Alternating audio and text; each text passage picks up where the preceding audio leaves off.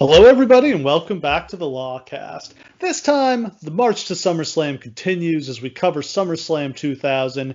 Kyush, how is it possible that only 5 years had passed between SummerSlam 1995 and this SummerSlam? It feels like roughly half of wrestling history happened in these 5 years. Literally, Pedro Morales may have main evented SummerSlam 1995 for all the relevance it has to this show.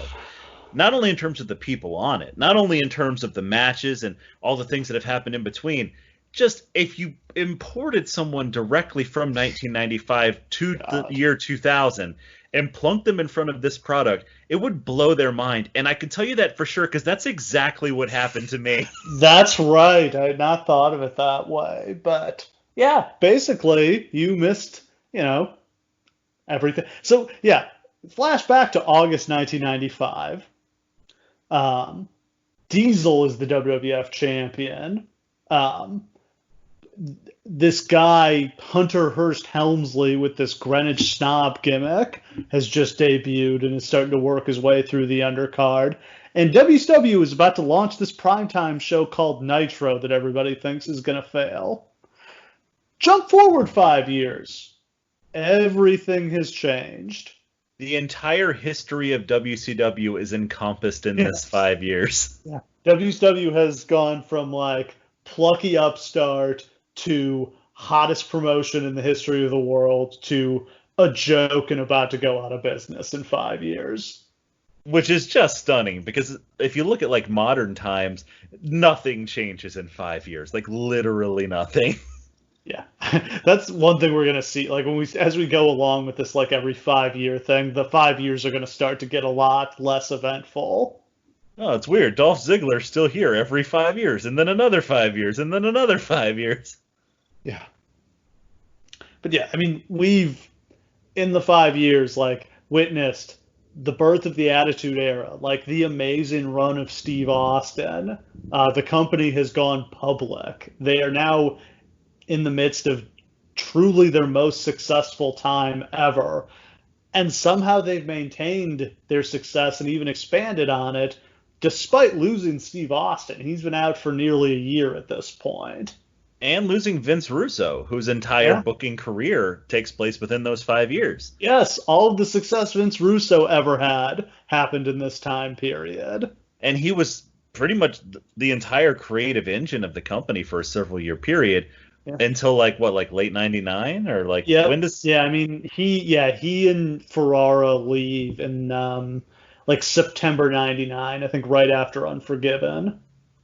And then ironically, 2000 is the year that people point to and say like that's my favorite year of WWE for a number of reasons coming together. Like '98 was probably their best year.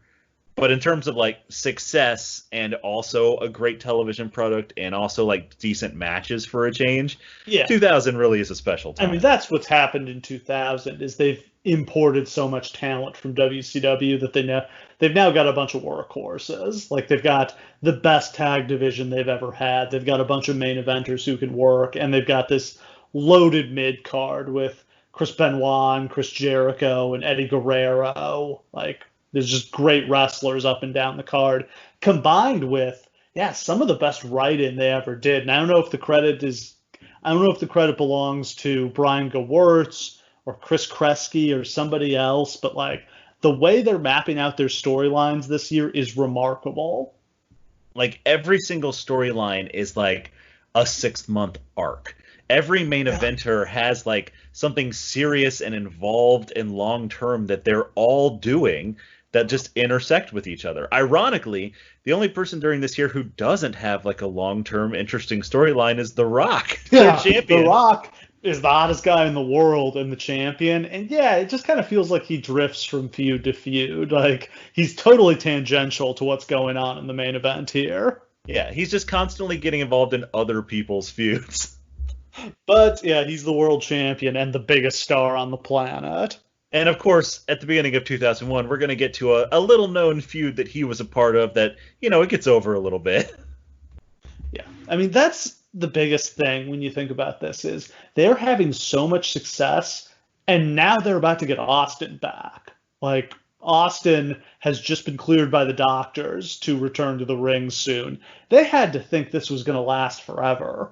And instead, the bubble is just about to burst in 6 months. Not to mention, on the horizon, whether they understand it or not, they're about to own WCW and all the talent in the entire wrestling industry. They're about to that this would go bad. Yeah, they're about to get Austin back, have all these people they've built up, and form a complete monopoly over the wrestling business. Like, this should have been, I mean, they're just primed for the greatest run ever, and it ends up kind of sucking instead. And there's a whole host of reasons why. Like, I think 2001 is the year that we've covered more than any other, just because it's probably the most interesting year in wrestling history. Discontent there. Yeah. I think we've done almost every pay-per-view from that year at this point. And so it's interesting to come back here to 2000 when everything seemed fucking awesome and kind of pick out like the little telltale signs. Little things that are wrong here. Like, hey, maybe they're pushing the mid-card in a really weird direction. And hey, maybe it's weird that none of these mid-carders are really getting any upward momentum. And they're absolutely murdering all of their young stars in the tag division with these TLC matches. Yeah. So the month before this was Fully Loaded. We covered that in the archives, and I posted that as the classic episode last week if you wanted to review that. But that was a tremendous show that was built around 3 big matches where they had up-and-comers go up against established stars. So Kurt Angle, Chris Jericho, and Chris Benoit all got their big breaks. They all lost their matches, which is a little weird, I'd say, that like you're going to push all these new guys and they're all going to get beat. I understand Benoit not winning the title, but feels like Kurt Angle could have beaten The Undertaker with some shenanigans. Especially since that's basically what that whole match was building towards, is Kurt Angle doing that very thing. And Triple H beat Chris Jericho in a last man standing match. And if you're on a wrestling forum in the early thousands, you've heard someone with a strong opinion that Jericho should have won that match. That was, I think, when the internet turned on Triple H, if I'm remembering correctly. I believe it was the singular moment of Triple H won't put people over. Yeah, Triple H went from, like, the most awesome dude in the world to fuck that guy, he buries all young talent. Which solely because he didn't put Chris Jericho over in that match. There are some provable examples of Triple H not putting over talent, whether it was his idea or not. Yeah. But like that, this isn't one of them. Like they wanted to keep Triple H strong. Yeah, he's going to be in the main events of this show, challenging for the title. And they knew that they were going to turn him babyface soon, so they needed him to seem extra strong. So the big story going into this show is the love triangle between Triple H, Stephanie McMahon, and Kurt Angle. Of course, Triple H and Stephanie are kayfabe married, and they may or may not be hooking up on the down low at this point. It's always a little ambiguous when that became an actual thing. Yeah, they for sure are, guys. Yeah, really, really awkward how China is just sort of being cast to the side here. Wonder why that's happening. Yeah, you go over there with Eddie. Triple H and Steph are just going to rehearse their scenes in the locker room. Yeah, rehearse their makeout scene for the next 5 hours. Oh my god, it's so obvious and it's ridiculous. But this storyline is special. Yeah, you know who had even better chemistry, though? Stephanie and Kurt.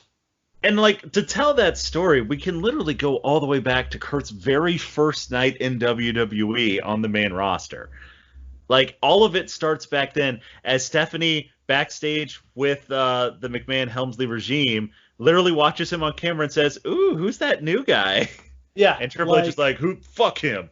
Yeah, that's what's remarkable. You go all the way back to, like, the end of 99, they're already, like, sowing the seeds that Steph has a little crush on Kurt and Triple H is jealous. And that's remarkable that they're planting that this early. Like, I don't know if they're just throwing shit out there or if they already know they're going to do this love triangle in the summer. I don't know. Like, literally for months, if Stephanie needs help with a problem, she goes to Kurt. Like, it comes up again and again before Kurt is even really an established character.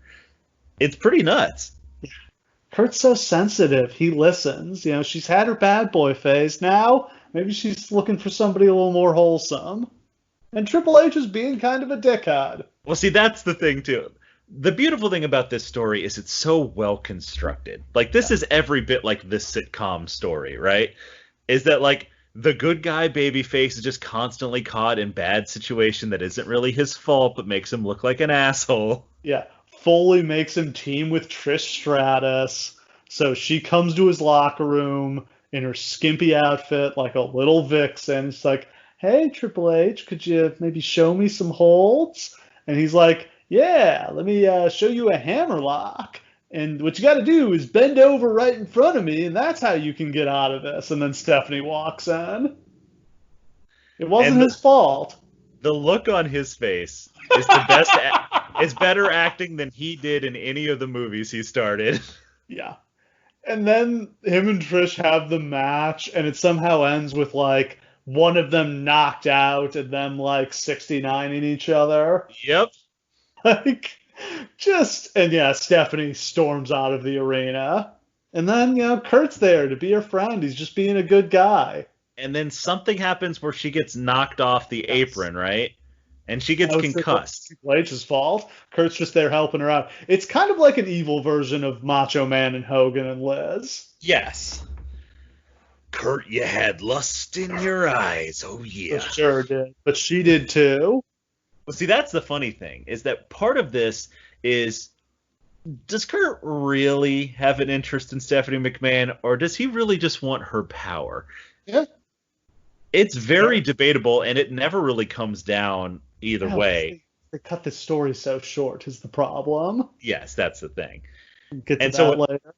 And so what happens is that Stephanie gets knocked off the apron. Triple H carries her back to the back. Triple H carries her backstage and, like, leaves her there to go back and continue his match. But then Kurt comes to her locker room to check on her. He's like, Steph, I really care about you, Steph. I really care about you. And then he makes out with her. And she resists at first, but then she gets into it. Super into it. And maybe it's just that she's concussed, doesn't know what's going on.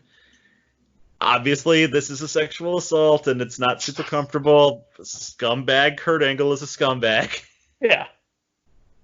But then, like, that's immediately before this show. So the intrigue coming into this show is Stephanie really with Kurt? Has she taken a shine to the boy?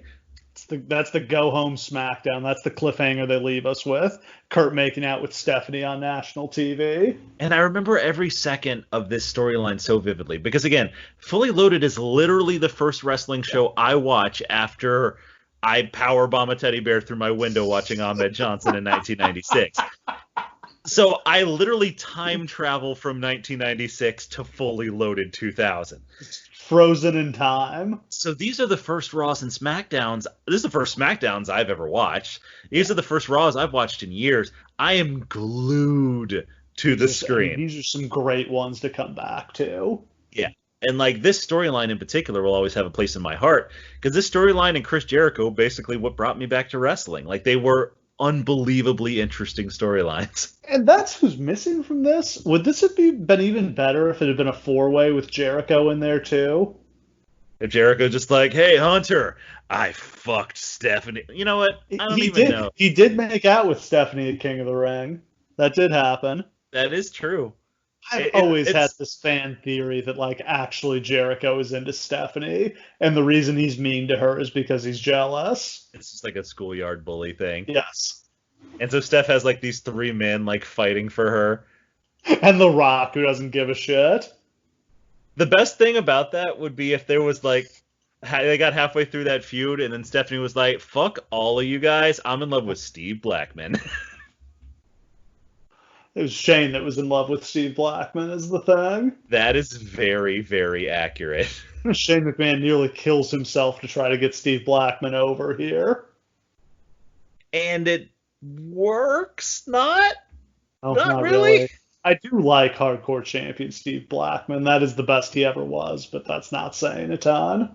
There's always going to be a spot in my heart for, like, silent assassin Steve Blackman. Like, Shane's doing a backstage promo and Steve Blackman just quietly sneaks through like a ninja, and Shane spies him out of the corner of his eyes like, fuck, and runs away. Steve Blackman with all his toys, like his little kendo sticks he would, like, play the drums on people's body with. Yep. That was good stuff. So I mean, this Triple H Kurt Stephanie feud is incredible. Does it feel like they never did a storyline like this again? Um, They attempted this a time, they had Matt and Edge and Lita, which was entirely different and like forced on them by real life.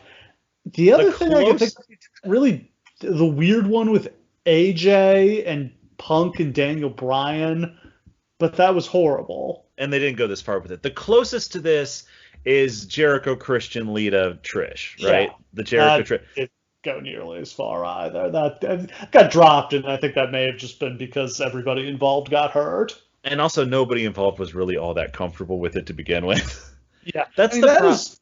It's always that. I guess that's. I've never considered that is the reason they don't do more romantic storylines. Is like in real life, Kurt Angle is married with a wife at home and I think kids, so it's uncomfortable for him to be kissing another woman on national TV.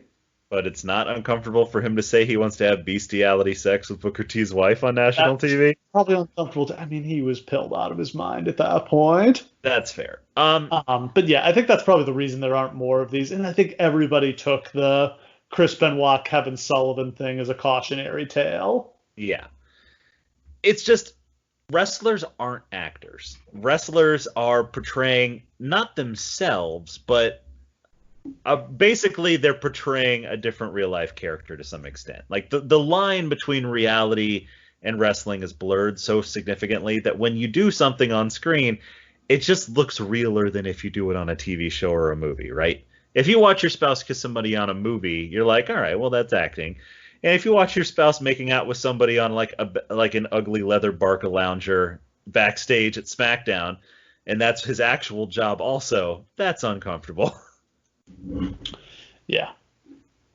So what else is going on? One thing that was really interesting and unfortunately didn't last long, they put together a stable that I believe was going to be called The Conspiracy with Shane McMahon, Benoit, Angle, and Big Show. And they were pushing this hard for a couple weeks, and then they just dropped it because they got tired of Big Show. He was so out of shape, they wrote him off and sent him down to OVW to lose weight. And that's such a shame because there are like a couple of like hybrid stables during this period. There's that one. There's that weird like Rhino, Kurt Angle, Edge, and Christian Team Rock. Team Wreck. Like there's some amalgam of that could have been like a really sick, awesome 2000 stable, right? Yeah. Led by Shane McMahon. Kurt's the main eventer, and you just got just toss like Edge and Christian and Rhino and whoever in there that you want. Like that had a lot of potential, and that's honestly what The Rock needed during this year is just like an actual heel force to be fighting.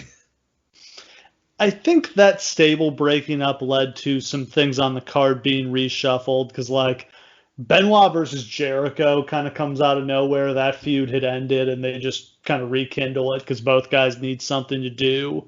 They have Kane turn on the Undertaker very randomly with very little explanation and put that together for this show. I don't know, maybe they were always building towards the TLC match, but that also felt like it was a little abrupt. Yeah, like fuck it, we got nothing else for these guys to do. Let's Very similar to SummerSlam 1995, where they just pulled a ladder match out of their ass. It sort of, again, feels like they were just like, let's spice this card up. Let's do another ladder match here. We're going to get to my thoughts on their idea for that later on. But yeah, you can definitely tell that up and down the card. Like, not a lot of these matches seem like they have really any build to them whatsoever, except for the main event, which has absolute tons. And the build that there isn't super great, but everyone on this card is so goddamn hot and beloved that it honestly doesn't matter. Like, if these matches came in absolutely contextless, the crowd still would have been hot for this. Yeah, and maybe that is your first warning sign, is the quality of the writing does seem like it is starting to go down, but they're just getting through it because everything's so hot. The crowd is just going for whatever they do. And it makes you think that you can get away with it forever. But when the crowd's not so hot and you got to build that heat back up, unfortunately, they forgot how. Yeah. So to get into the show, it's Sunday, August 27th, 2000. We are at the Raleigh Entertainment and Sports Center in Raleigh, North Carolina.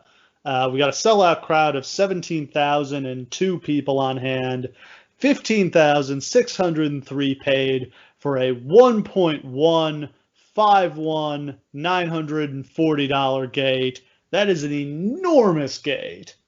It's so big that JR actually calls Yes. it out on camera. I'd never heard him mention the gate at Very any show strange. ever. Yeah, But it's like the first thing he says, huge. like, we are here live, sold out with over a $1.1 million gate. But this is the first $1 million gate for a non-WrestleMania in the United States of America ever, I believe. Which is stunning because this is 2000. Like we're talking, this isn't Starrcade 97. This isn't like they've had other SummerSlams that seemed like they were bigger at the time. Nothing on this show seems like it's dramatically there to pull a number like this. It's just the product as a whole is this popular. I mean, the average ticket price on that's like $80 then. That is I would up imagine. so much from. I mean, that is so far above previous like SummerSlams that they're charging them. And in Raleigh, like not New York City, not Philadelphia, in the South, where historically they couldn't draw for shit. Even in the Hogan years, they couldn't draw down. This is fucking Flair country. Yeah, what are you talking? Like, there's no way. Yeah, but that's how much they've taken. I mean, that's how much they've just taken over the world at this point, that it doesn't matter if it's right in the heart of WCW country. They can still sell out and do $1 million. The fascinating thing is that WCW still exists, which I think in most people's living memory, when they think of this time of WWF, WCW is a non-existent factor because nobody was watching it. It's a total afterthought. So, like, they literally went into WCW country and just said, like, what? You're still here? Get the fuck out. Show does 570,000 buys. That is down a little bit from 600,000 the previous year, but that's a strong number in any era. What main evented the previous year? That was when they had Jesse Ventura with Austin and Triple H and Mankind. But we all know that The Rock and Billy Gunn drew that house, for sure. Damn right. Yeah, that's right. On commentary, the venerable team of Jim Ross and Jerry the King Lawler, who are far more involved in the storylines than they have any right to be. We're going to get to that, but that sucks so bad. Anytime Jerry Lawler occasionally would get involved in a storyline that would actually kind of work. Because he's always over. That's not really the question. Like, he's beloved by that certain segment of fan base. And the work he did with The Miz helped The Miz during The Miz's title reign. But more often than not, it sucks. This is kind of important because this is Lawler's face turn. That's a good point, actually. I didn't realize that this is the first time that he really had been a face. Yeah. This is when after this, I don't feel like he was ever really a heel again after this. No. At this point, for like the past couple months before this, he's been in name a heel and saying mean stuff and brooding for the heels, but like the crowd's not responding to him as a heel. Yeah. When he stands up for JR, because like he had many other times heels had beaten up JR and he had done nothing. Just laughed about it. Yeah. But we'll get to that. No dark match or matches on Heat. I thought that was a little interesting. That's unusual. Yeah, they did like a ton of segments on Heat. Like there were like 4 different brawls because they're trying to heat up these matches for the pay-per-view because they don't have any heat. Opening package. What the fuck was this? So this is not the first time that they've tried this. Like this is a film by Freddie Fellini.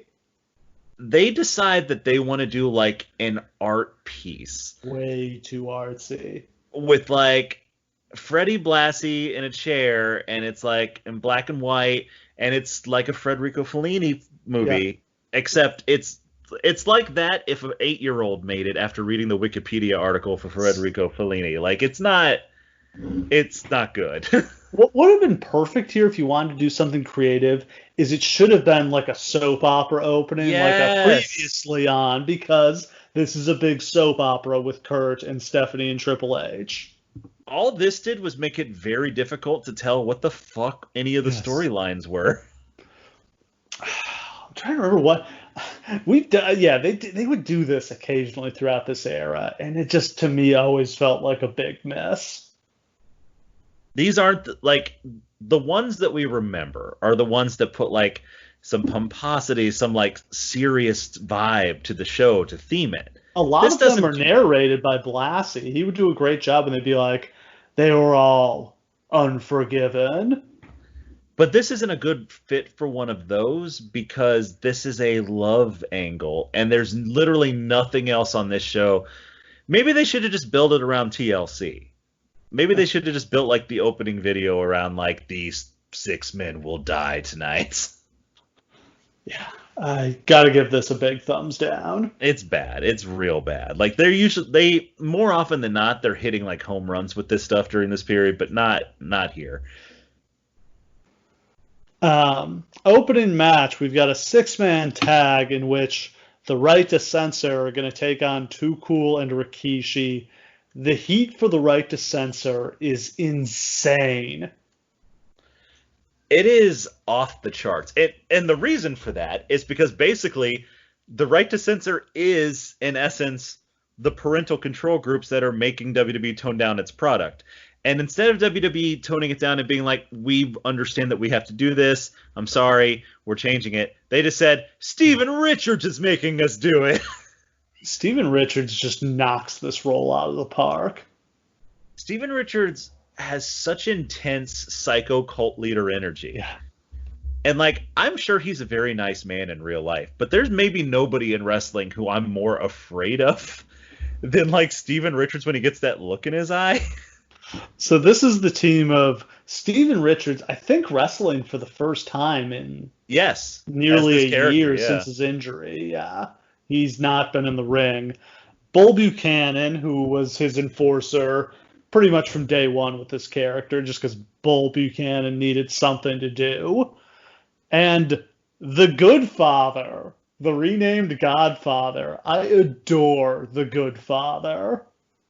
There's some subtle genius to a bunch of people sitting in a room together and saying like, all right, we got to repackage the Godfather. Who's got ideas? And somebody raises their hand and says, what if he were about good? What if he was a good father?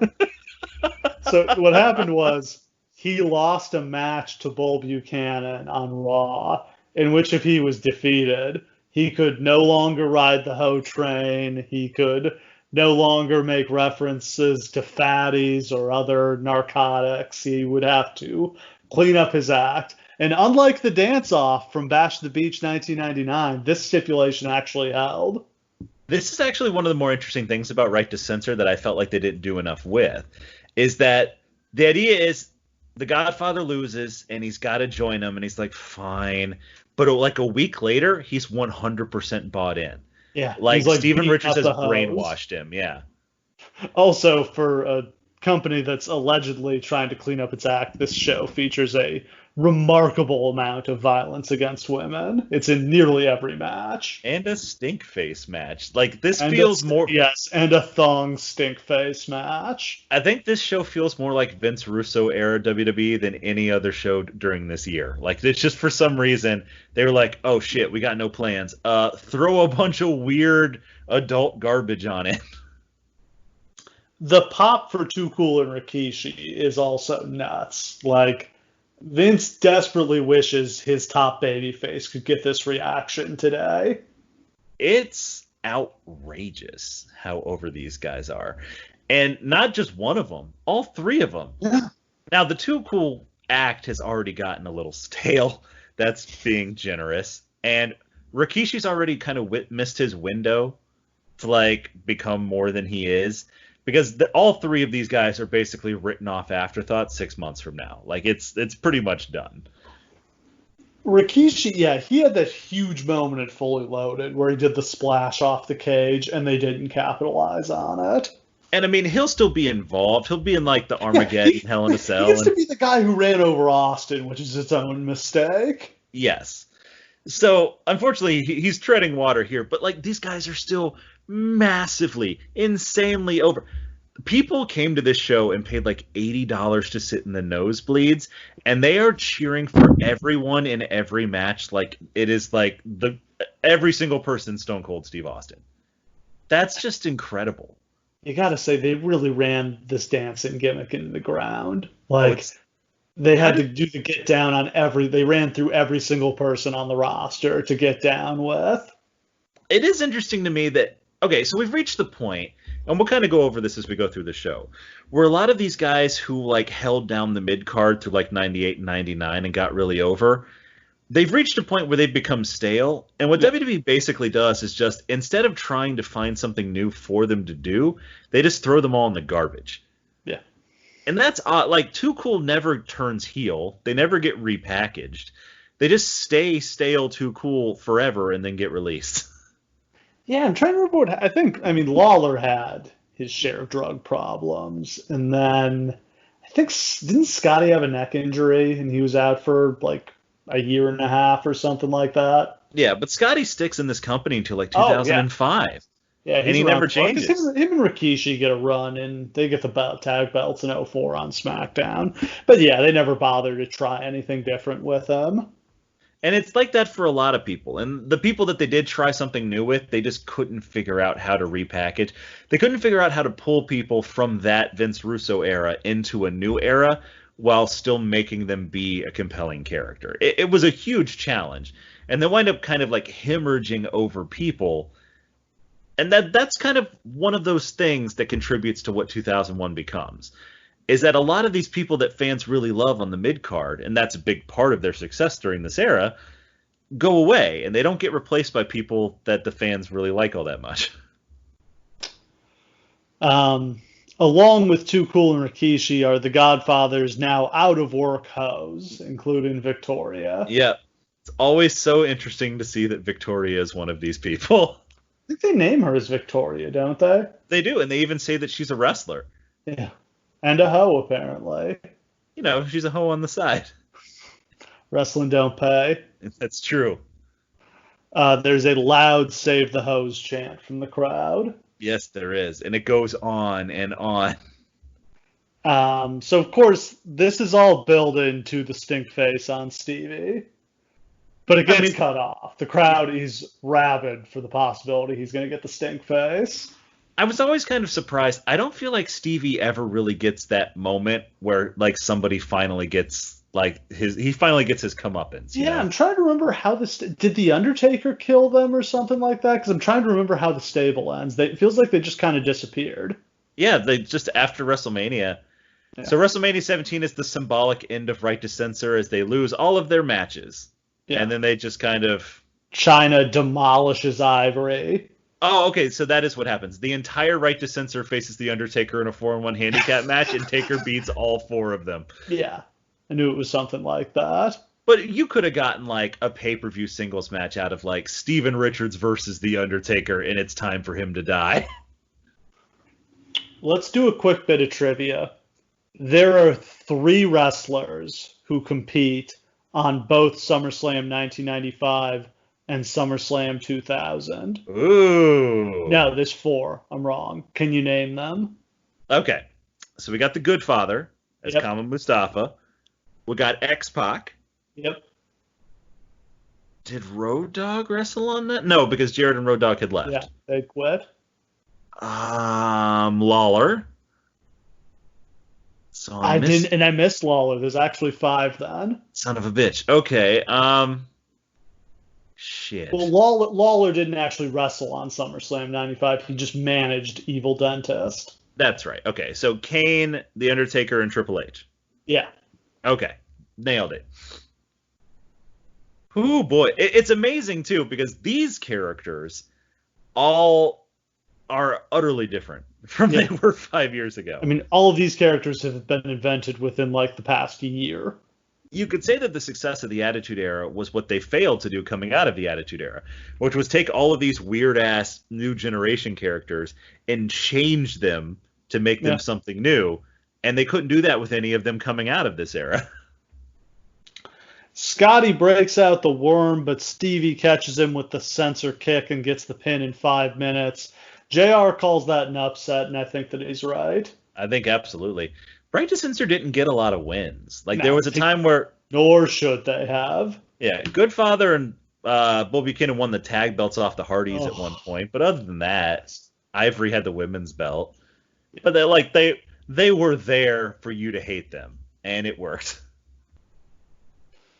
We see a recap from Heat of Kurt Angle arriving at the arena. He denies that he took advantage of Stephanie McMahon when he kissed her on SmackDown. But he did, though. He's a rapist. Then we get a recap of Stephanie arriving. She says she didn't realize it was Kurt she was kissing. But she's like doing that, like the shifty eyes. Like she knew. Like let's be clear about this. She knew. And then Kurt went to Stephanie's locker room, and we don't know what happened from there. Yes, that's very interesting.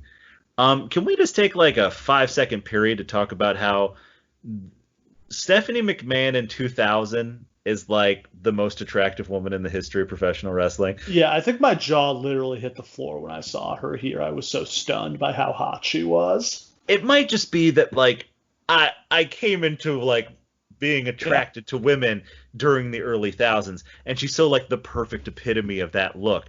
But my God, you guys. Yeah, I was just stunned to see her here and how good she looked. Holy shit. Thank God they made her like the center of like a romantic angle. And also, let's point out, like for somebody not particularly known for their acting chops, like she's nailing this. Yeah. In such a way. I wonder if part of the problem, because eventually like Triple H and Stephanie become uncomfortable with this. I wonder if part of that problem is that Triple H is like, you are way too convincingly being attracted to Kurt Angle. Yeah. Indeed. Michael Cole interviews Shane McMahon about the Stephanie Kurt situation. Shane starts to say that he always supports Stephanie, but then after about 10 seconds, Steve Blackman comes walking down the hall, like banging his kendo stick on a trash can like a war drum, and Shane flees. Steve Blackman looks awesome here, and I love terrified Shane McMahon. Yeah. Shane is just at his best when he's fleeing.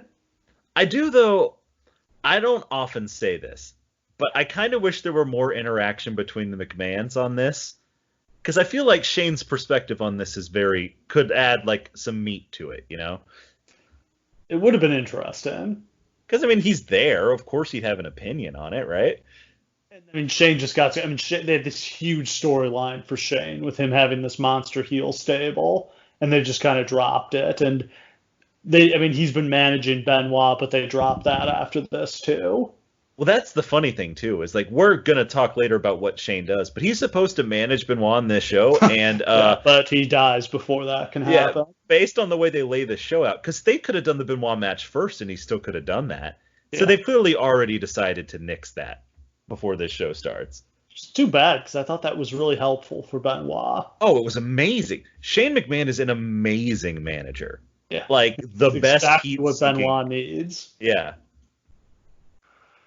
Next up, we've got X-Pac versus Road Dogg. These are, tag team partners who have had problems in recent weeks. Dogg gets cheered as always. X-Pac is pretty deep into X-Pac heat here. So they've decided to lean into X-Pac heat by making him a babyface, but who constantly does dickhead stuff. Yeah. Which I guess makes sense, because like you hear what the fans are doing. Like they're babyface X-Pac is dead. An unlikable scumbag. Like, he turned on his friend Kane and stole his girlfriend. There was no coming back from that. It's actually pretty fascinating that, like, booking X-Pac to basically rape Kane's girlfriend when Kane was so beloved basically ruins Sean Waltman's career. Could never be a face again after that. Like, people just associated his face with hatred. That's not something that happens a lot in wrestling. This is a weird match because they're trying to, like, kind of be reluctant about fighting. They're just trying to, like, rather than fighting, just, like, one-upping each other. So it's a lot of, like, takedowns and chain wrestling and not really what you associate with either of these guys. I kind of really wish... I feel like we never in this era get the X-Pac match that we could have gotten in like any of his matches. And a large part of it is because for a long time he's the only guy in the whole card who can work a match. Yeah. But like at this point, but yeah, him and Benoit, him and Jericho never really clicked together. They did try to do that. They did that a couple times actually. It actually almost destroys his career because Jericho couldn't even have a good match with Kid. at this point, Sean Waltman is 28 years old. Nuts. Yeah, he's this old ass grizzled veteran, and he's one of the youngest guys on the roster. If he debuted now, he'd still be one of like he'd still be one of the youngest guys on the roster. He's been in the company for fucking 7 years.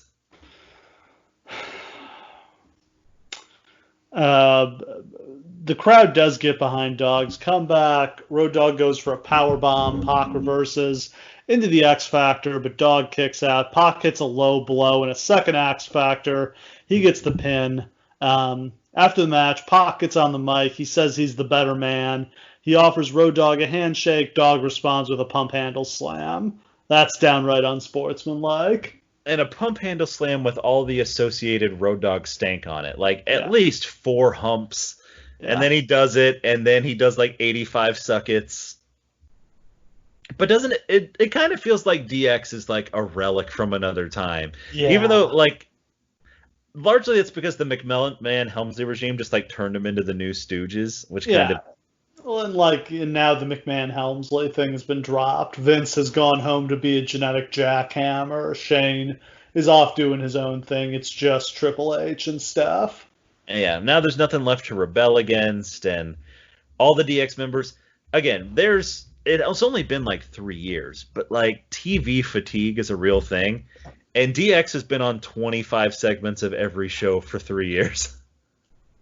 Then we see Eddie and Chyna talking backstage. They're going to be in an intergender tag match next where whoever gets the pin wins the Intercontinental title. You know, Eddie says if Chyna wins, he'll totally support her.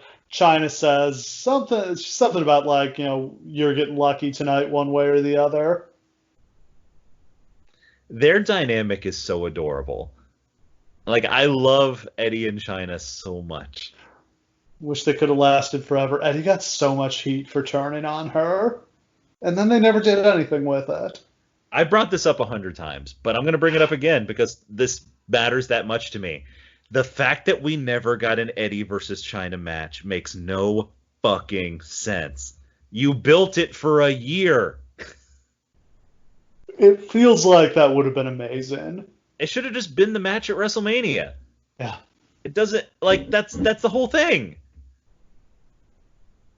And then Chyna just kills him. She's a lot taller than he is. Oh, yeah. It would have been totally credible, and Eddie would have bumped like a maniac for her. Then we go to Trish Stratus and Val Venus, who are the other half of that tag match. Trish says she's hotter than Chyna. Val yells at her to shut up because tonight is actually about him keeping the IC title. Hey, guys. Val Venus is still here. Yeah, wearing white trunks and white boots. Pretty soon he's going to join the right to censor because he has nothing better to do. He really sucks like this. Yeah. This is basically he's become DX Rick Rude at this point. Where he's just not a good fit anywhere that he goes, and he's just lame. In the buzz cut, like it's just an awkward look. Oh, and the music. Yeah, the techno remix of his song. He's got the shittiest music. Guys, they try so hard on multiple occasions to pull a character other than Val Venus out of Sean Morley. Arguably, Chief Morley's the only time they come close to succeeding, and they just, I guess, decide that they don't like it. So, I don't know. He's still in the company like 7 years from now. He never is any good again. So, yeah, next up we've got a mixed tag match. I think it's an intergender match, actually, for the Intercontinental title. Yes, the Intercontinental title is on the line in a intergender tag match. So I was unclear about a long way since SummerSlam 1995. Oh my God, where it like was in the ladder match and it was the most important thing on the card. Yeah, yes. To this. I was unsure about the rules.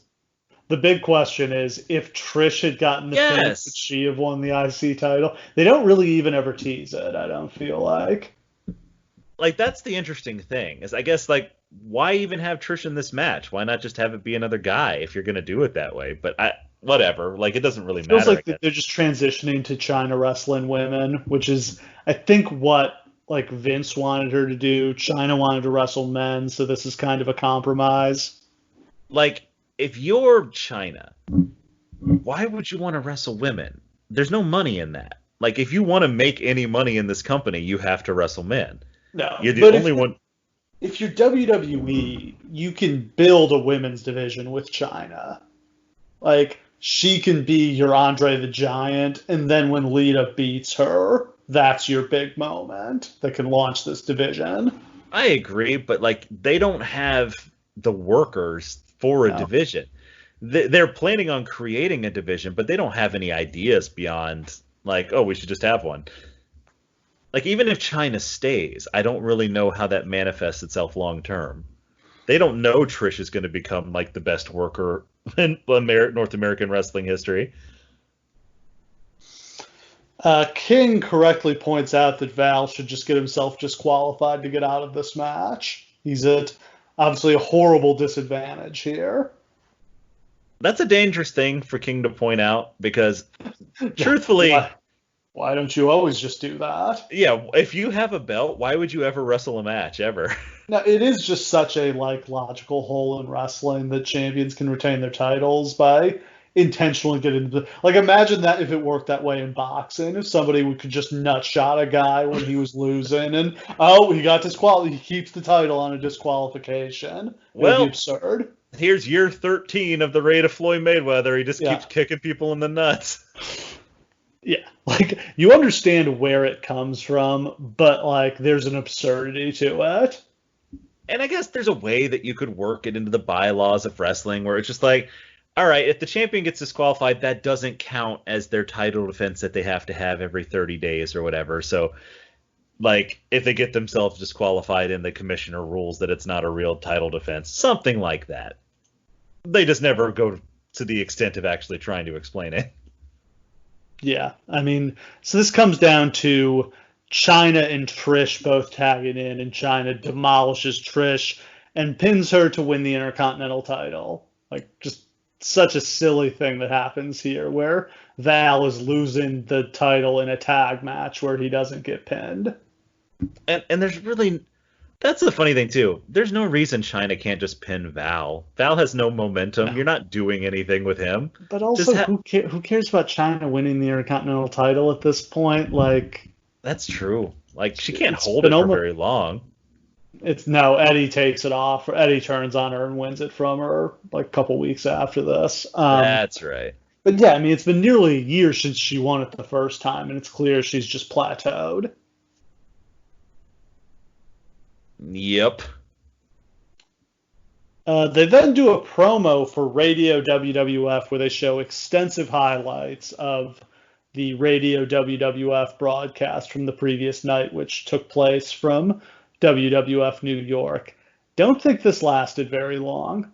I really don't think it does. When does Bite This start? That's a good question. Because I feel like that's WWE Radio kind of like segues into Bite This. Yeah. Once they realize no one listens to the radio anymore. It's definitely around by 2002 because that's where Austin kept going on and like saying that the booking was shit. Yeah. So this is interesting. The funny thing is, it kind of seems like a really good thing to watch and a really terrible thing to listen to. Because like they're like doing all these shenanigans and like messing around in the studio, but like you can't see any of that. Yeah. Then we see Stephanie in the makeup chair backstage. She gossips with the makeup lady. The makeup lady says the girls are debating whether Kurt is a hunk or a hottie, and then Stephanie says that Kurt is a good kisser. Yeah, have you ever sat around with your friends and played hunk or hottie, Steve? Yeah, of course. I mean, everybody does. Absolutely. Next up, we have perhaps the most bizarre match on the card as Jerry Lawler takes on Tazz. What what's caused this match to exist, Steve? Do you want to know the kayfabe answer or the real answer? Which one's funnier? Definitely the real answer. Let's start with the real answer. The real answer is I'm pretty sure they wanted Lawler to teach Tazz how to work. Tazz. Vince McMahon hated Tazz. This was just not a good fit. Tazz in the WWF. Yeah. I think people sleep on how awful Tazz's like how embarrassing a run this was for him. Oh, it ruined his legacy. Like if it weren't for his announcing run, if that had just been the end of his career, was like teaming with Spike Dudley, it would have destroyed his career. He'd be out of the business. And like if instead he never wrestles anywhere but ECW, he's probably like a mysterious legend forever. Yeah, it's a horrible miscalculation. They brought him in, gave him that great debut against Kurt at the Royal Rumble, and then just seemingly instantly lost faith in him. And like he's just dicking around in the hardcore division for a while. He has an injury. He comes back, and they make him a heel because I don't know, they didn't think his face run was clicking. I actually kind of like his heel promos here. I like the whole like thug life born, thug life bred. When I die, I'll be thug life dead. Yeah.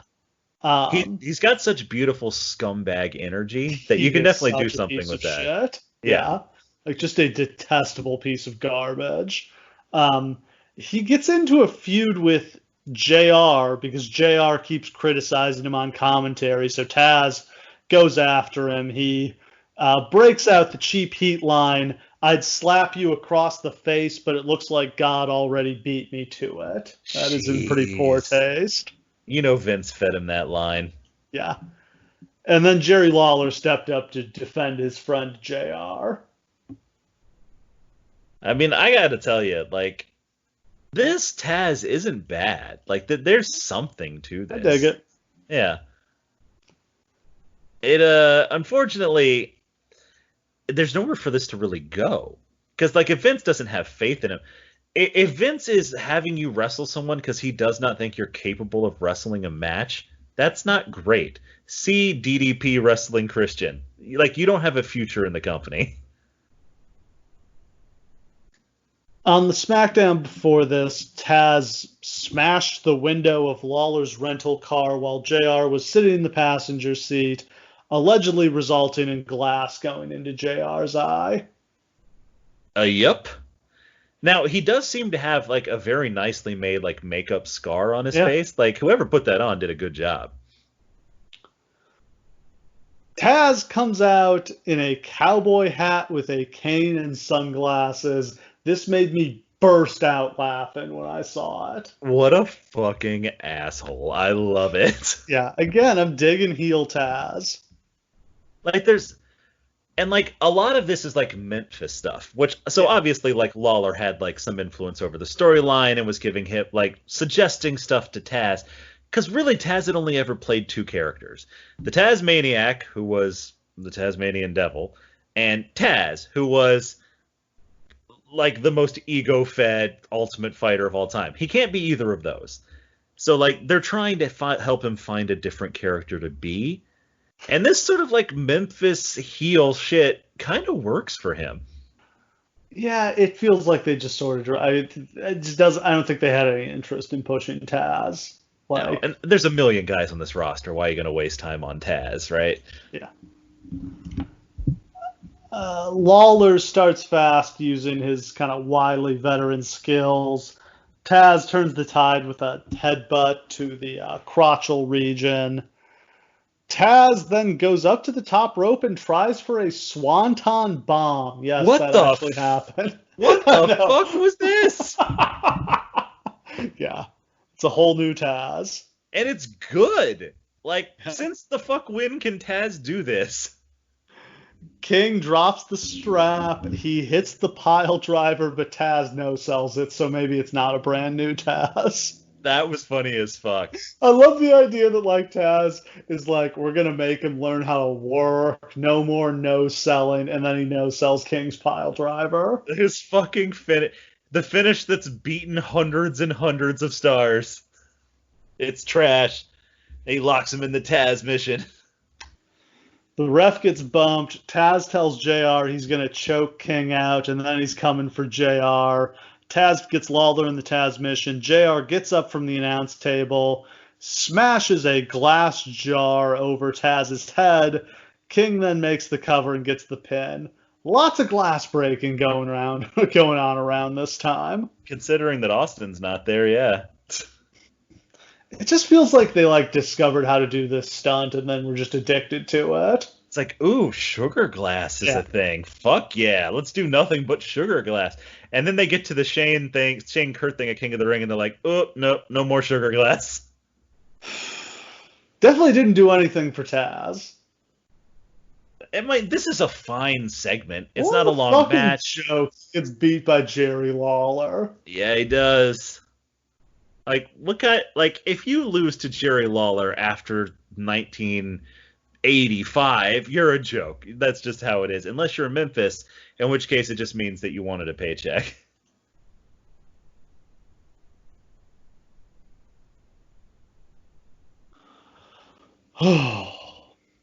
Backstage, Lillian Garcia catches up with Shane McMahon, who once again ends up fleeing Steve Blackman. That's our segue into a hardcore title match where Shane McMahon is going to defend against Steve Blackman. Shane just pinned Blackman in the middle of a title defense to become the hardcore champion a week before SummerSlam to set this up. We all know where this is going. There's a couple minutes of Blackman beating up Shane. Test and Albert interfere on Shane's behalf, and Blackman fights them off, and then Shane tries to run from Blackman by climbing up the set, which is, I guess, a totally logical thing to do. I mean, I guess. If you think that you're faster than Steve Blackman at doing anything physical, which you shouldn't because he's a monster.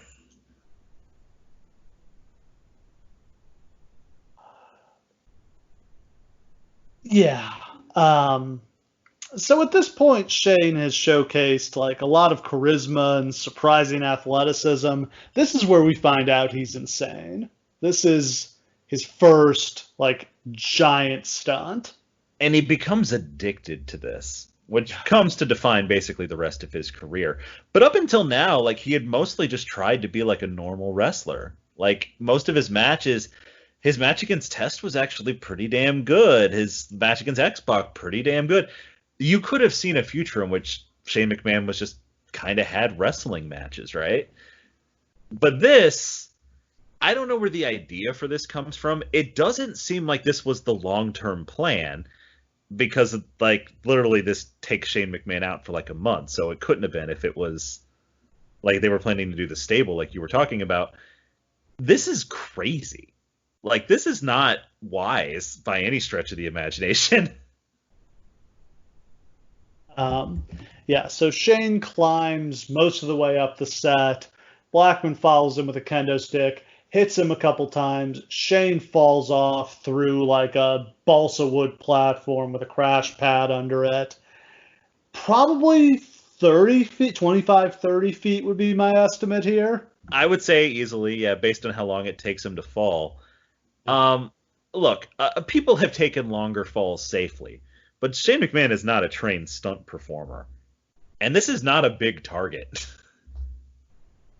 I don't know. I don't know how the son of the owner of the company is allowed to do this.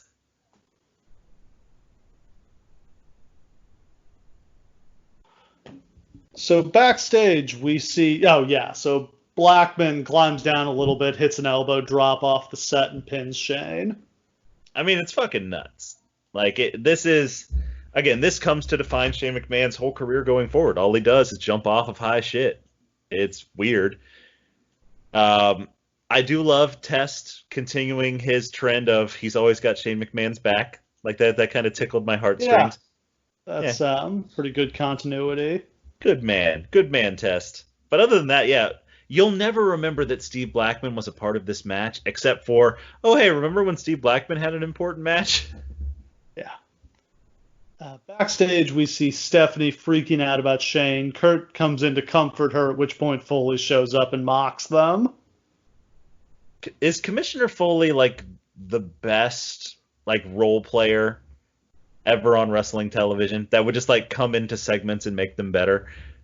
Yeah, it's such a shame this didn't last longer because he was so great in this role. He could have done this for like 10 years and it probably never would have gotten old.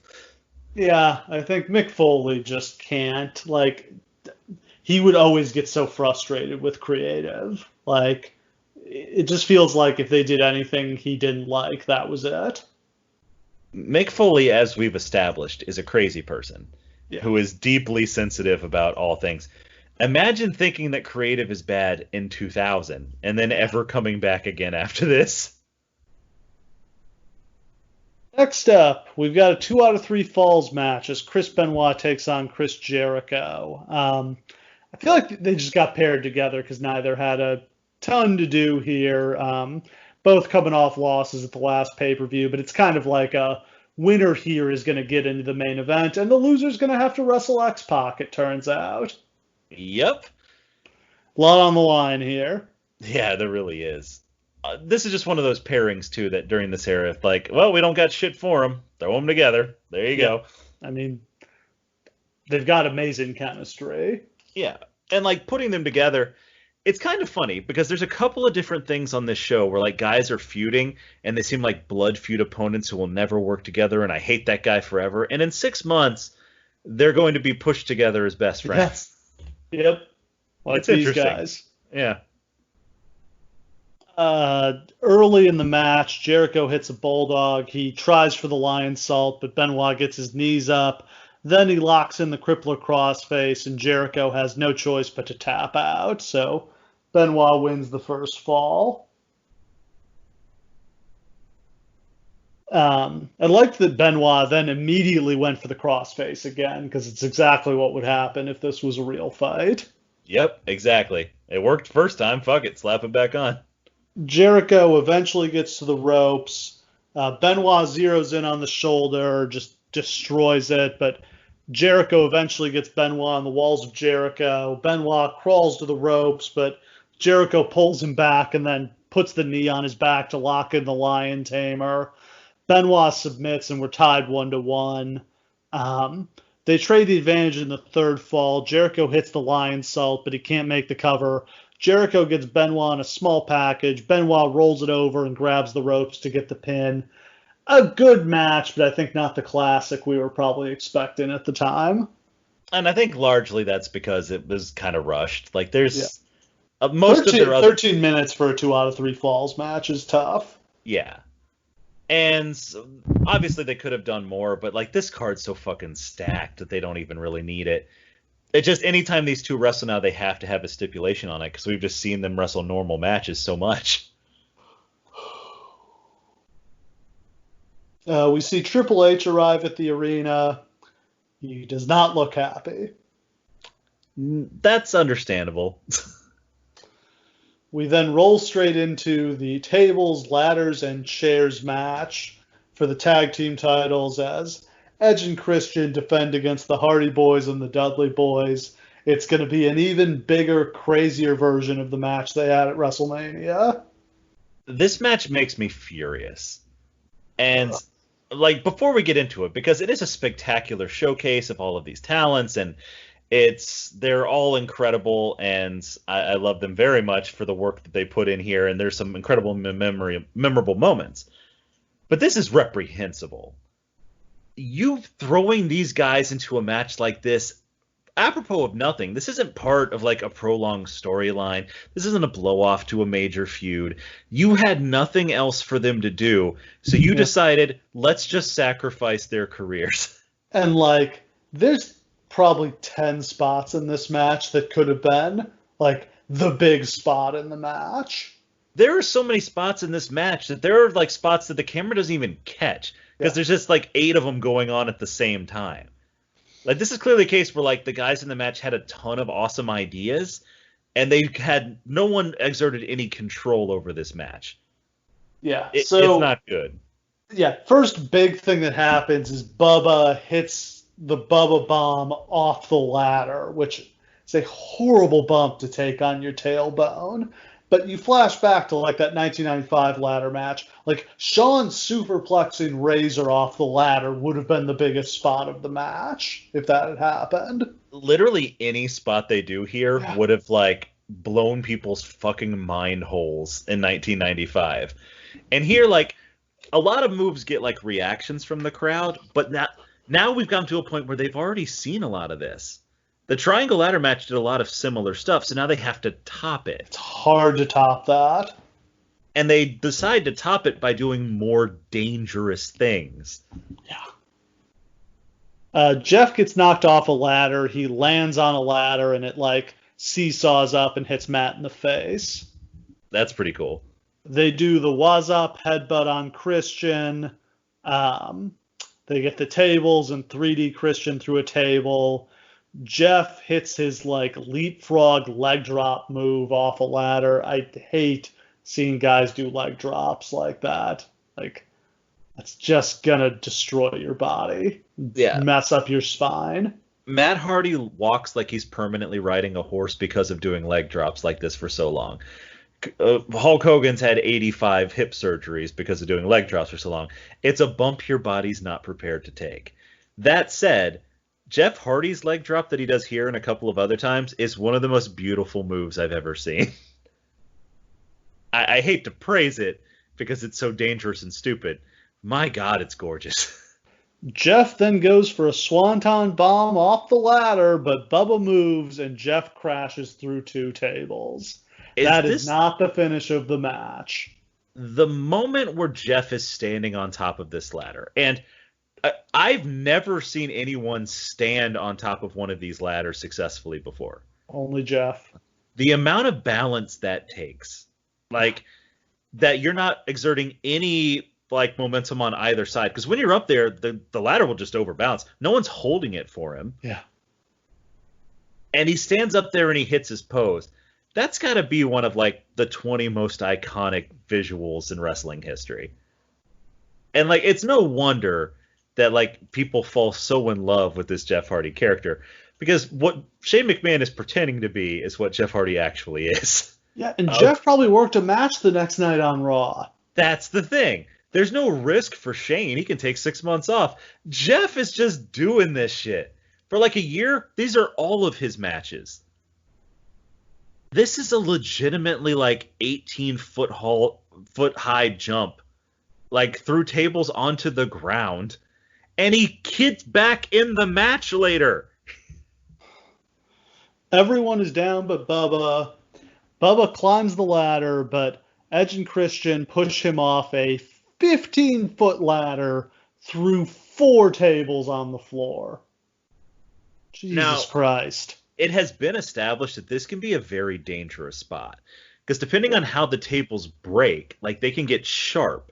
And if you don't break all of them, and instead he gets lucky because he's one of them. Yeah, he's almost too high, and if he only hits the top one, he's basically landing on the ramp with nothing stopping him. He's going to break an arm. So he gets very lucky here. But like, even if he lands on all 4, like, depending on how the tables break, tables are wood and like metal. Like, you can get hurt.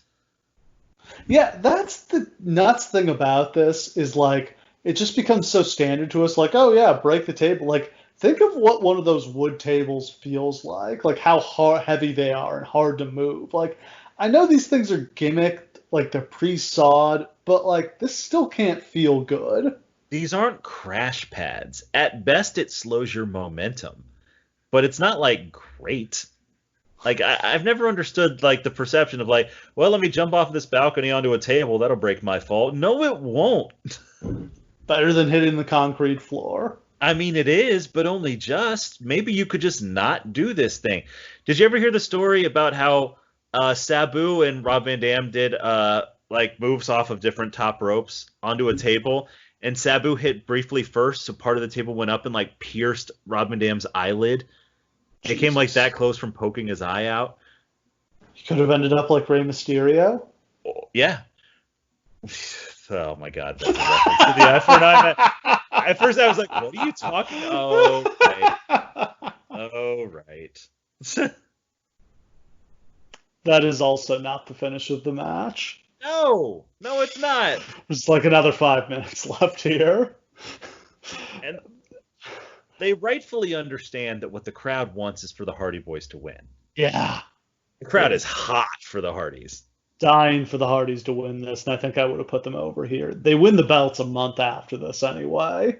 They should have definitely won here. But so like now it's just Matt by himself, and the crowd starts losing their goddamn minds because they're like, Matt, you can do it. Even like JR and like Lawler get into it. Like, you gotta climb the ladder, kid. This is your house. You can do it.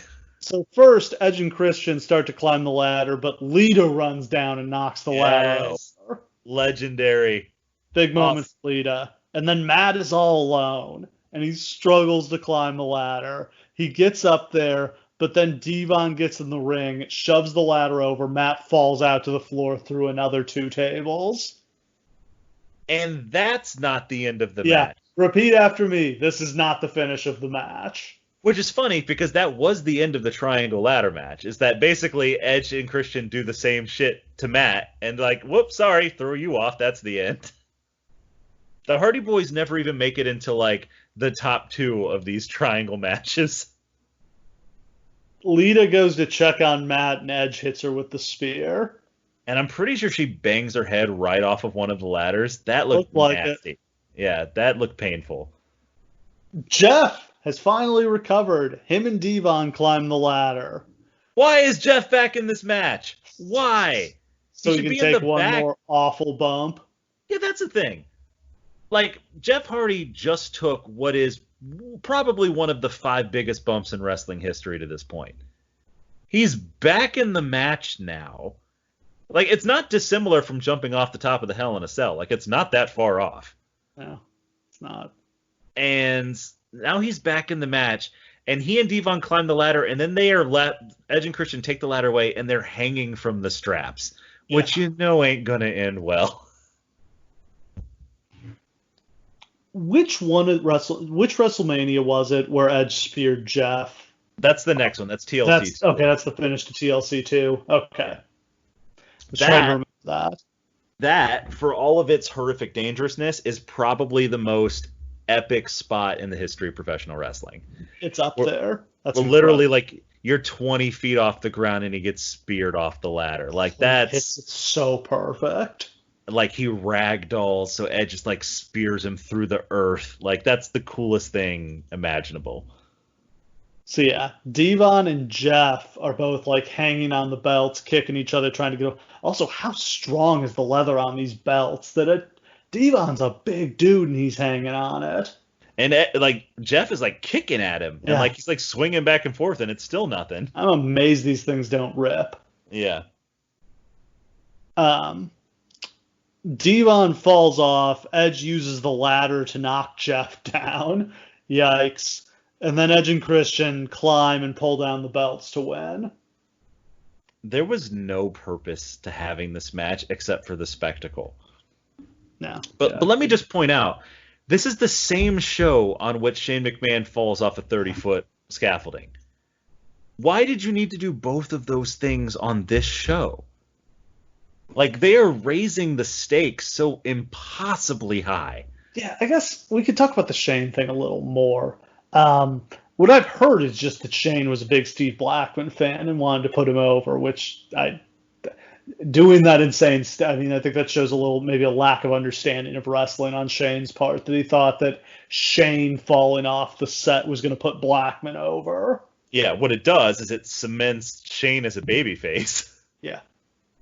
Yes, it does. Because he's basically never a heel again until Best in the World Shane. I guess the other thing that's notable, I think that's the first really big fall stunt they've done since Owen Hart. Yes, I definitely think so.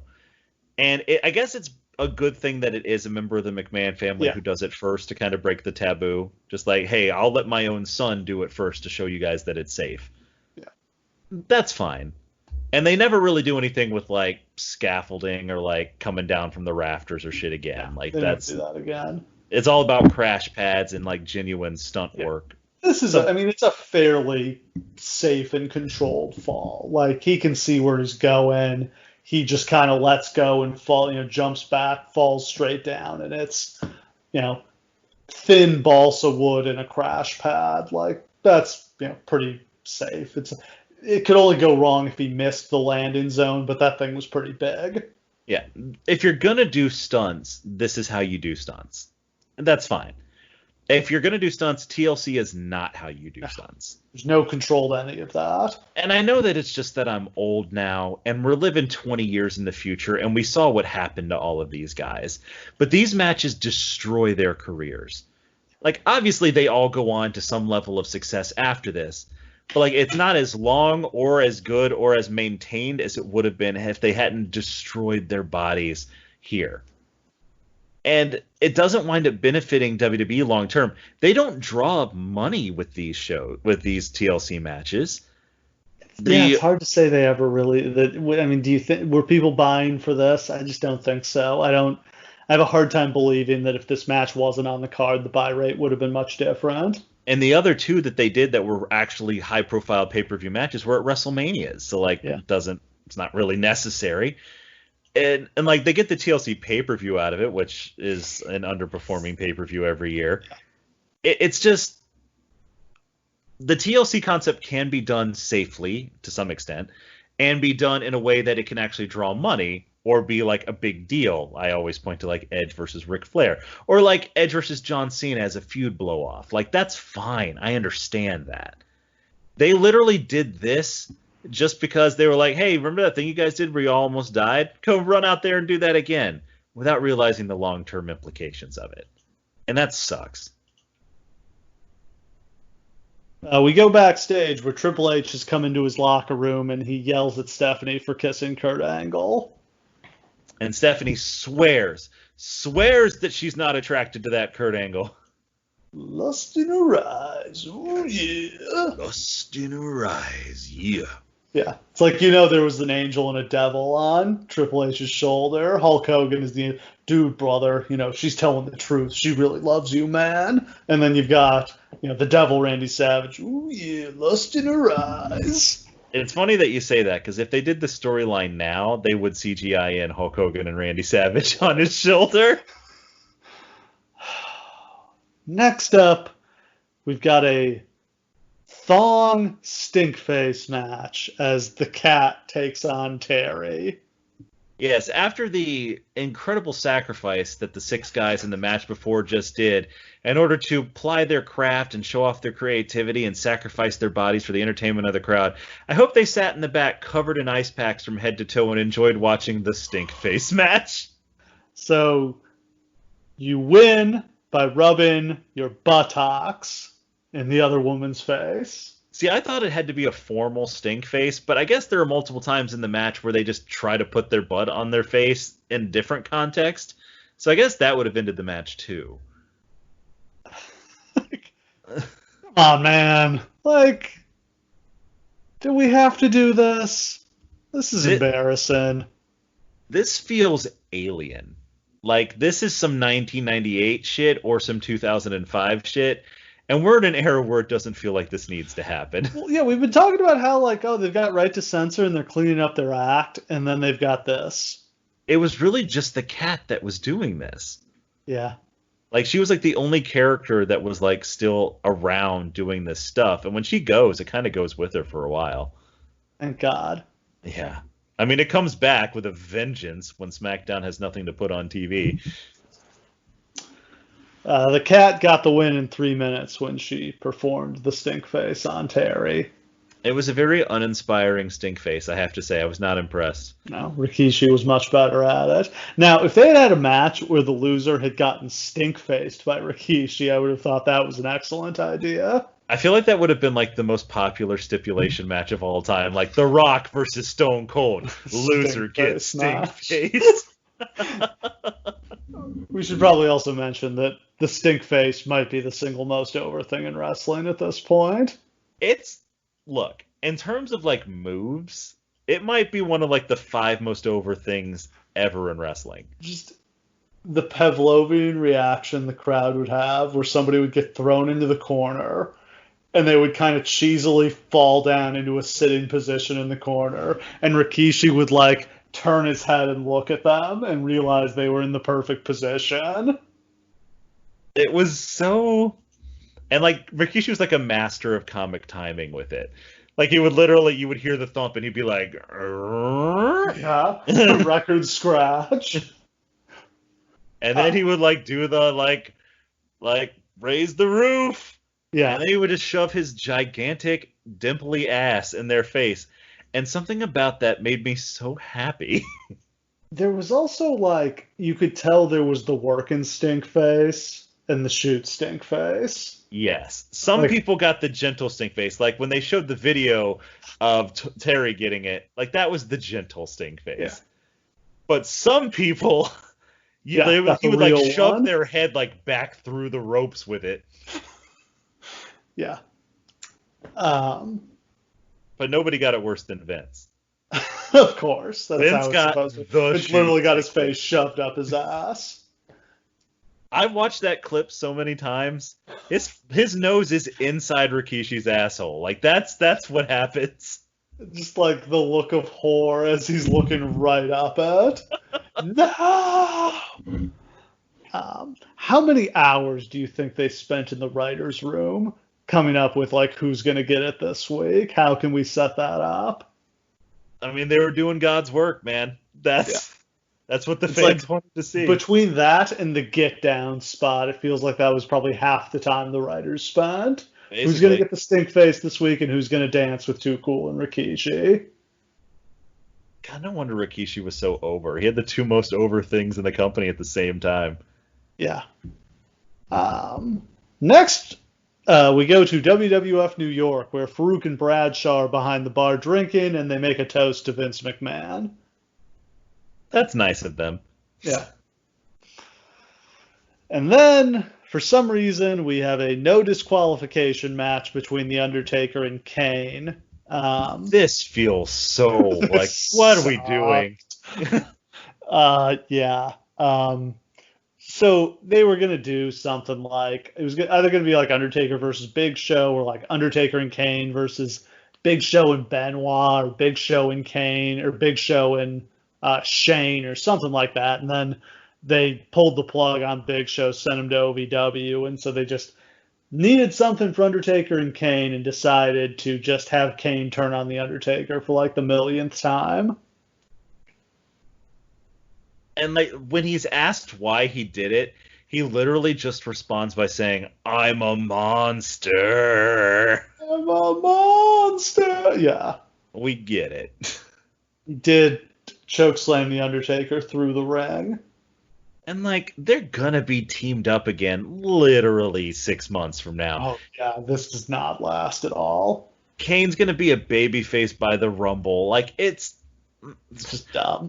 This is just pointless. No one wants to see this. They really could have just left them off the card if they wanted to, or just like have them squash like TNA or something like that. Just anything. Put them in the TLC match. I would have paid to see that.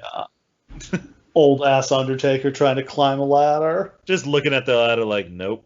Oddly, years after this, he would have like a ladder match against Edge, but somehow it feels like even more unlikely in this era when he was younger. I mean, he will have that ladder match with Jeff Hardy, which is one of the greatest ladder matches of all time. This is not Bumpin' Taker, though. No, this is Blue Shirt Taker. This is Shirt Taker. This is Fat Taker. Yeah. Man, he looks like garbage in his blue jean shirt. Blue Shirt Taker is the puffy Taker that came back from injury, not really in great shape. And he's not going to be in great shape again until like 2003 when he gets like working with Lesnar energizes him to get back in shape. Man, but the American Badass is so over. That's the thing. Watching these shows on the network is really annoying because you got to listen to the Undertaker's like dead man walking. You done it now. That was not his entrance theme in this era. And like seeing everybody like get so jazzed up and like bouncing around to that just doesn't feel right. Like as much as it's actually coming out to American Badass here. Which it's a shame he ever stopped using it because I'm not a Kid Rock fan, but that's some of the coolest entrance music anyone's Yeah. ever had. Just the, oh, yeah. And he'd roll into the ring on his motorcycle. That was some cool shit, man. Kane is out second. This is where he debuts his new attire with the tank top. Finally getting to show off how fucking jacked he is. Hell yeah. He is in phenomenal shape here.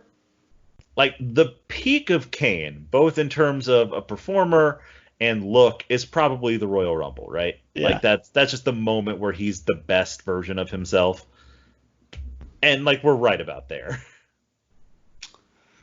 This, if you want to call this a match, it lasts like 6 or 7 minutes. They fight around the aisle almost from the beginning. Taker is trying to rip Kane's mask off. Manages to rip it. Kane blades after he gets thrown into the steps. One of the few times I can ever remember him bleeding. Everything about this match is super weird. It's very short. Like it's totally revolves around Taker trying to pull Kane's mask off, which is not something he's ever shown any interest in before. No. It's just real odd. Has anyone ever tried to unmask Kane to this point?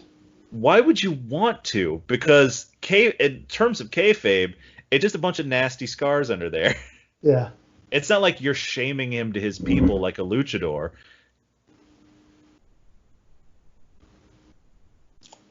Taker manages to rip Kane's mask off, and Kane like covers up his face and then runs away to the back. And Taker's music plays, and I guess he won. Yay, go Taker. At least he didn't drown him in a swamp. That's a good point. At least they weren't doing that bullshit yet. Taker's buried people a lot worse than this, so it's fine. We go back to Kurt's locker room where he makes a phone call. A phone call, you say? Intriguing. In Stephanie and Triple H's locker room, the phone rings. Intriguing. Stephanie answers, and she lies and says that it's her mom. Triple H asks to talk to her and then says that her mom hung up on him, which of course she did since he, raped her daughter and secretly married her. Yeah, it's also very likely that Linda McMahon would not want to talk to Triple H. Like, you don't have to, make a thing out of that. But in any case, it's main event time as The Rock defends the World Wrestling Federation Championship against Kurt Angle and Triple H in a triple threat match. Kurt is out first. JR says that Triple H has demanded that Stephanie stay in the back for this match. Kurt then gets on the mic. He says a lot of people are expecting an apology from him. He says the only thing he regrets about kissing Stephanie McMahon is that he didn't do it sooner because she deserves a real man. And boom, the shot has been fired. Triple H storms the ring, goes after Kurt. JR says that Kurt has carnal intentions when it comes to Stephanie. That is one way to put it, JR, yeah. They fight for a little while without The Rock being there. Triple H goes to pedigree Kurt through the announce table. The table gives way as he's pushing off it, and they kind of slide off, and Kurt just nails his head on the concrete unprotected. So takes a shoot pedigree on concrete, basically. The ironic thing about this is that the spot is supposed to be he gets a concussion, gets knocked out, has to be taken to the back. But that's also the reality. Yeah. Yeah, it just happens to work out that, he was going to get taken out here, and the stretcher spot was part of the plan. I don't know. I think do you think they pre-taped this, the quick little thing with him and Stephanie backstage? I think so, yeah. They had to have. Maybe it was just good acting because he seemed really out of it there on the stretcher. Oh, God, yeah. But yeah, so Kurt is just out. You can see he keeps trying to get up, and Triple H keeps grabbing his singlet to hold him down and keep him from getting up and getting back in the match. Because Kurt Angle, brave, dumb motherfucker that he Yeah. is, will never stop trying to continue the match. We've seen that in other times where he's almost died during wrestling matches. So Triple H pulls out his sledgehammer. Rock finally makes his entrance. Rock and Triple H fight for a while, which they were supposed to do anyway. You can see Kurt in the background, and like the trainers have like they put him in a folding chair, and they're like talking to him, trying to figure out if he knows what's going on, and the answer is he does not. And here's the thing. If Kurt can't be part of the end of this match, they don't have an end to this match. No. So they're going to have to call a new one on the fly. Because this match is not supposed to be Triple H versus The Rock. No, you could have Stephanie accidentally cost Triple H the match and just kind of further the tension there. Right. But that's not nearly as good as Kurt being involved. Yeah. So you got to assume that Kurt talks them into letting him come back out. But it was a horrible idea. You can see. Okay, so they have the match. Kurt goes to the back.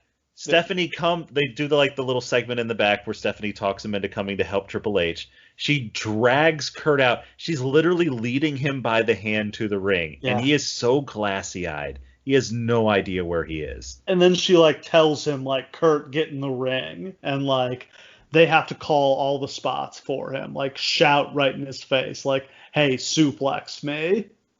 Now the remarkable thing is that Kurt Angle on absolute brain autopilot still has a functional end to this match. Triple H bumps into him and he just automatically performs an Olympic slam. Yeah. A perfect one. It's nuts. Yeah. There's a time or two where they kind of do a weird cut to avoid exposing something Kurt's doing that doesn't make sense, but mostly he's just there for everything they need him to do. He's just that good that he doesn't even need a brain to do it. This is not good. I do not want to endorse this by any stretch of the imagination. They sent a man with an obvious concussion out there to go take more bumps. That sucks. Sucks. I'd like to hope that wouldn't happen today. I would hope. It continued happening for years after this, but I do feel like it has stopped now. But fuck, man. I don't know. If it was as important to the end of a major event as this was, maybe they'd think about it. Rock catches Kurt with the rock bottom, but Triple H breaks the pin up. Triple H accidentally hits Stephanie while he's trying to punch Kurt. Kurt then takes Triple H out with the sledgehammer. Rock knocks Kurt over the top with a big punch. He then drops the people's elbow on Triple H and pins him. I mean, that's about as good as this match could have been under the circumstances. It only could have been improved in one major way, and that's with Kurt Angle winning this match. Yeah, I think the heat is in Kurt winning the title here, especially if Stephanie screws up and accidentally helps him win it, and you're left with the question of what were her actual intentions. Yes. Because that's the big mystery here, is that we know that Kurt's into Steph, and we know that Triple H is married to Steph, but what does Steph want? Yeah. And there's a reality of this where Stephanie McMahon chooses Kurt instead, and they just become super nuclear heels. And that could have gotten you years of storyline. It winds up becoming moot, because the following year the invasion happens and everything gets thrown into the garbage anyway, but you could have had a McMahon Angle regime. We've joked before a lot of times about what if Kurt he starts calling himself Kurt McMahon? Yes. My strong suspicion is that Stephanie and Triple H just kind of maneuvered to get this storyline dropped because they were not comfortable with it, would be my guess. Which is understandable. And I also think that they saw that it was going to lead to them getting broken up as an on-screen couple, and maybe they didn't want that because it gave them an opportunity to be together all the time instead of being separated on the road. That is a big problem, that they're not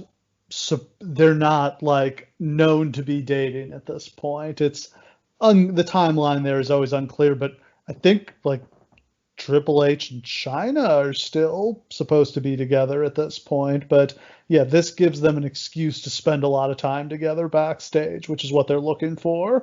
Yeah. And there's still a little bit of kayfabe in the company in that, like, a lot of the people traveling together, people in programs together like this. It's like, oh, I got to travel with Steph to the next town so we can go over our match. No big deal, China. We'll see you when you get there. Yeah. You got to imagine at some point during this period, China, Stephanie McMahon, and Triple H shared a car together. Oh my God. Just long, awkward silences. Yeah. Yeah. Yeah. And that is a wrap. So The Rock has won. He leaves with the belt and like goes and climbs up the set and poses with it. Triple H is still knocked out in the ring. Kurt picks up Stephanie and carries her to the back. What a tangled web we have here. Oh, yes. It seems like we're going to have like months of story left. Like this should have been a WrestleMania match between these two, right? Like you could get all the way there. Yeah, no question. But instead, they end up blowing it off the month after this.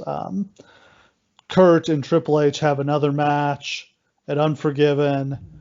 You know, Stephanie is forced to make her choice, and she chooses Triple H and kicks Kurt in the nuts and allows Triple H to get the win, and that is really the end of the feud. And then don't they kind of go back on that, and then she starts managing him later in the year? Or did she already do that? Yeah, that's later. She starts managing Kurt towards the end of the year. And that's sort of as a way to get back at Triple H. That's kind of to break them apart a little bit. Yeah. And then they have another match at the Rumble with Kurt against Triple H, and I think it's Stephanie in Triple H's corner and Trish and Kurt's. Yeah. And it's not a terribly good match because they're both heels. Yeah, it's not the way it should have been. Like they just weren't ready for babyface Triple H yet either. Like I think that's a big part of this is that I don't think they're ready to go whole bore, but like I think what this match and the whole thing shows is that people were ready for babyface Triple H. Yeah, they really get behind him here for these couple months. He's really starting to get over as a face, and then they turn him by having him turn out to be the guy who ran over Stone Cold, or at least was the co-conspirator there. Yeah, which wasn't the original idea, if there even was an original idea. That was what they did to save Rikishi, who was bombing uproariously. Yeah. So yeah, that is a wrap for SummerSlam 2000. That was quite a show. There were definitely some things I didn't enjoy on it, but like overall, got to say that was pretty strong. It was super chaotic, but like at this point, SummerSlam's the shit, right? Like for a couple of years here, SummerSlam kicks ass every year, or at least is very interesting every year. From like 98 to like 2002, which is like the greatest pay-per-view in the history of WWE somehow. And like, it's funny because most SummerSlams are trash, but during this one period, this one beautiful period, you can understand paying $80 to go in the middle of the summer to watch a SummerSlam. It seemed like a big deal, right? Yeah. Yeah, I mean, they do a great job. I mean, 98, The Highway to Hell, Austin versus Taker. 99, The Out-of-Body Experience with Jesse Ventura returning. And then here, The Love Triangle. Nothing on that level the year after this in 2001. Yeah, that is true. Like, that was supposed to be... Not the greatest show. But as we've established, that was supposed to be a very different event from what it wound up becoming. Yeah. All right. So that is a wrap on SummerSlam 2000. Next week, we'll jump forward another 5 years, and once again, everything will have changed. As we cover SummerSlam 2005, one of the most batshit insane pay-per-views in WWE history. I can't even begin. Like, we've talked about so much of this show, like, not actually on the show, but just between ourselves. Because almost every match on this show is just weird as fuck. From Edge and Matt Hardy having it out, and Matt Hardy doing the job in a storyline about him getting revenge, to Chris Benoit wrestling Orlando Jordan in a match that's a GIF, to a custody of my son on a pole match, to a match for Kurt Angle's Olympic gold medal, to Hulk Hogan versus heel Shawn Michaels. This all happens, and also Batista versus JBL, John Cena versus Chris Jericho, and Randy Orton versus The Undertaker. This show is ridiculous. Yeah, like, just about every match on this show has something insane on it. And it all goes so much weirder even than the card looks. Yeah, we're somehow underselling it here. God, I can't wait to talk about the most passive-aggressive match ever wrestled by Shawn Michaels. I can't wait! Yeah, all that and more next time on the Lawcast. Thanks for listening. We'll see you again next time.